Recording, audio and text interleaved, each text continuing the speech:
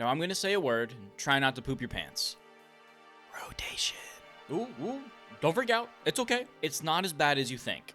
Now, recently, a few games have announced that they're going to begin implementing rotation. And of course, as rotation does, this has caused a lot of friction within these communities. But I'm here to set the record straight.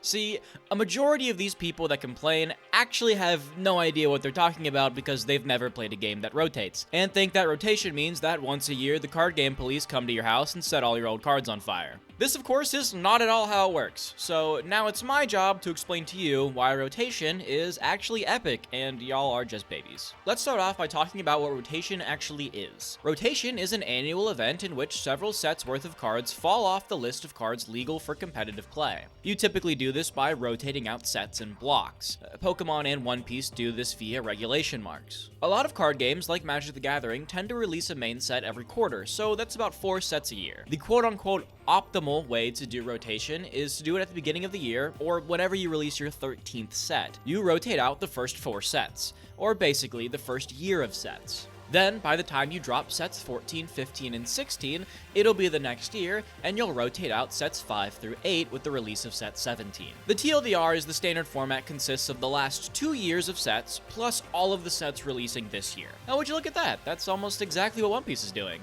Rare Bandai W. So what's the problem with rotation? Why is it an issue? Well, people don't like it when you tell them that they can't play with their cards. But is the problem simply that players are whining that they can't play with the cards they paid for? Well, kind of. So can rotation kill a game?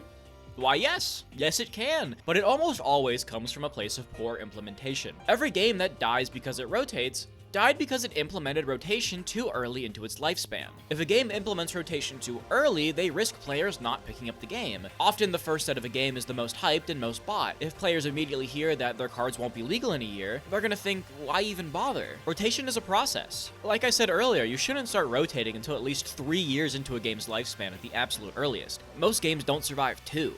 Or they make it a little bit past 4 and then crash and burn.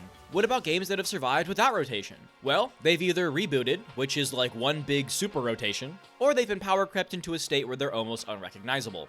Or sometimes both. The only game I've seen that's actually managed to crack the code is the way Flesh and Blood rotates with his Living Legend system. Unfortunately, this only works because of how Flesh and Blood's heroes work. So, your game needs to already have found success to even consider rotating. Rotation is something you consider when thinking about your game's longevity. This is why it's so exciting to see One Piece implementing it. It shows that Bandai's decided they don't want to just keep releasing a new Tier 0 menace with each set, and instead want to focus on giving One Piece longevity and staying power, focusing on creating fun decks and funner formats without having to worry about pushing out better and better cards to drive set sales. I know I'm the greatest One Piece hater, but this is an absolute win. So if rotation is scary enough to prevent certain players from playing it just from its mere existence, why implement it at all? What are the benefits? Well, I'm glad you asked. At the end of the day, card games are a business, and businesses have to make money to survive. Card games make money by selling cards. So the problem we have to solve is trying to get players to keep buying more and more cards. We can accomplish this by doing one of 2 things. Either print better and better cards that you need to buy in order to stay relevant, or just delete half of your collection and make you buy new cards to replace it. And I am here to provide a legal defense for why we should just delete half your collection. Also, since this is primarily a Vanguard channel, I'll be giving a lot of my examples in the context of if Vanguard had rotation, but they'll be applicable to other card games as well. So, what are the benefits? Instead of continuously power creeping to push sales, we now get to design cards under a flat power ceiling, allowing for more innovation in card design rather than just continuously pushing power. If an ability or archetype that's a little too powerful slips through the cracks, we just wait for it to naturally rotate out of standard, rather than having to either emergency ban everything or take the L and balance all future cards around this new power level. This is how power creep happens. The TLDR is it's a massive design cheat code that allows designers to keep the game fun and fresh without feeling pressure to create more powerful cards people have to buy to drive set sales. It's also great for new players. Trying to get new players into Eternal formats can be extremely difficult because they'll need to track down cards printed 10 plus years ago, if they can even find them. Like, trying to get a new player into Premium before the release of the deck sets was a monumental task, and heaven forbid they want to play a clan that isn't one of those deck sets. Now that the groundwork's been laid, we can get to the part of this video you all came here for. Why all of your complaints about rotation are dumb and stupid. I don't want my cards to lose value. First off, if you're thinking about card games like an investment, you're already doing it wrong, so honestly, just go like buy some sneakers or something. Now, it should be common knowledge that a rotating game cannot survive without an eternal format. The only one that can is Pokemon, and that's because it's a completely unique situation that you should honestly never draw comparisons to because it's the outlier of all outliers. Like, well, Pokemon has cheap decks, so why can't we? It literally drives me up a wall. An Eternal format is a format where you get to play all of your favorite cards that get rotated out of Standard. If a game has a healthily supported Eternal format, then you don't need to worry about your cards losing value. In fact, the existence of this format can make certain cards go up in value. Also, future reprints that reintroduce cards into Standard also tend to cause the prices of the original printings to rise as well. So holding onto some old Standard staples might actually benefit you in the long run. I want to be able to play my favorite cards. This complaint tends to come from Timmies happily playing their pet decks and going 0-4 at locals. It's a fair point, especially in Cardfight Vanguard where players develop an attachment to their favorite units.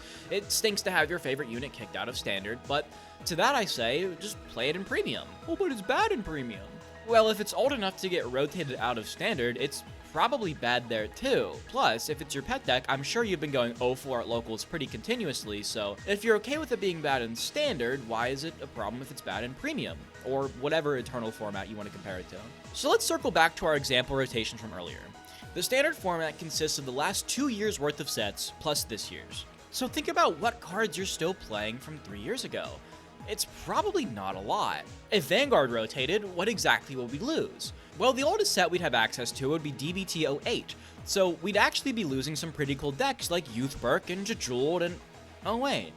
So yeah, we can combat this with a thing called reprints. Now, in non-rotating games, we typically get retrains, which are new versions of old cards printed to give the deck a boost to help it compete in the current format that it has since been power crept out of, and funny enough, these Youth Burke retrains are actually right on time with what would be rotational reprints. So when rotation hits, sometimes you do lose fan favorite cards and archetypes, but this doesn't mean they're gone forever. Oftentimes, cards will be reprinted or retrained to be reintroduced in the Standard. So if you're worried about your favorite unit Blaster Blade getting booted out of the game, fret not. There's always a chance a new version will be printed that brings it back into Standard. And I'm not even making this up. They used to print a Blaster Blade for every new mechanic / season of the anime. They've even retrained cards like Eugene and Barrow Magnus, so nothing's off the table. So no, rotation doesn't just banish your cards into obscurity. And remember when I asked you to think about cards you're still playing from 3 years ago? Well, a majority of those are probably staples that can easily be reprinted in a game's yearly core set. A core set is a thing Magic used to do every year where around the fall, they would print a core set that was primarily focused on resetting the game's power level and reprinting staple cards that would be used in the upcoming format. These served as fantastic entry points for new players because these sets would give you all the basic tools you'd need to get started in the current Standard format.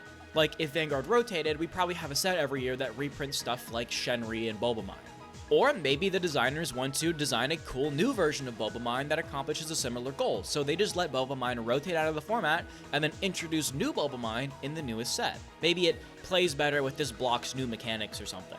Now, if there was only one thing you could take away from this video, I'd want it to be this. Most of these games that don't have rotation actually rotate anyway. It's just that they end up rotating every set as opposed to once a year. I'm sure you can recall how almost every set of your favorite game contains some new powerful broken strategy that takes over the meta. And if you can't recall, here's how it looks in Cardfight Vanguard. And this is just over the past couple months. When you don't rotate, you have to find another way to get people to buy your cards. The most popular way of doing this is by printing cards that are better than the last set of cards, and in Cardfight Vanguard, that's every single month. But this problem is so pervasive that Japan literally has a diversity cut to stop everyone from just playing the same best deck, and when you take away that diversity cut, well, you can see what happens. We've also seen how power creep taken to its logical conclusion results in morphing your game into something unrecognizable from its inception. This isn't inherently a bad thing, but this is how we end up in a position like Yu-Gi-Oh! Where you have the modern crowd that loves the combo-oriented gameplay, and the Yugi boomers that miss old-school Yugs. And can you blame them? These are almost two completely different games.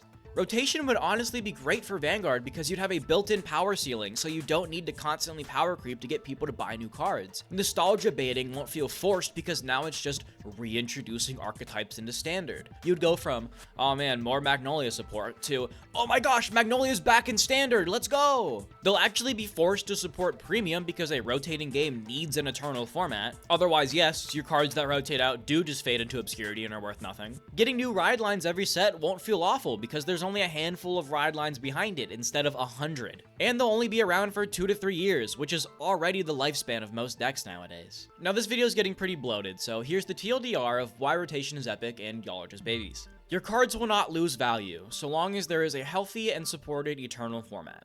Your favorite characters and cards aren't gone forever. Important cards and favorites can always be reprinted and reintroduced into standard. You could also play them in the eternal format. Designers don't have to worry about power creep and instead get to play with a built-in power ceiling, constantly experimenting and innovating, and if anything ever gets too out of hand, it'll naturally rotate out. No more dumb online arguments over whether or not X card should be banned. I'm so sick of hearing people talk about rotation like it's this big boogeyman that kills games without them properly understanding its purpose and why it's implemented in the first place. But this is where you guys come in. I know I couldn't get around to addressing every complaint and criticism on my own and in one video. So I want you to tell me why you hate rotation down in the comments, and I will make a follow-up video addressing as many comments as I can, and I will defend rotation's honor until the day I die. Good luck, everyone.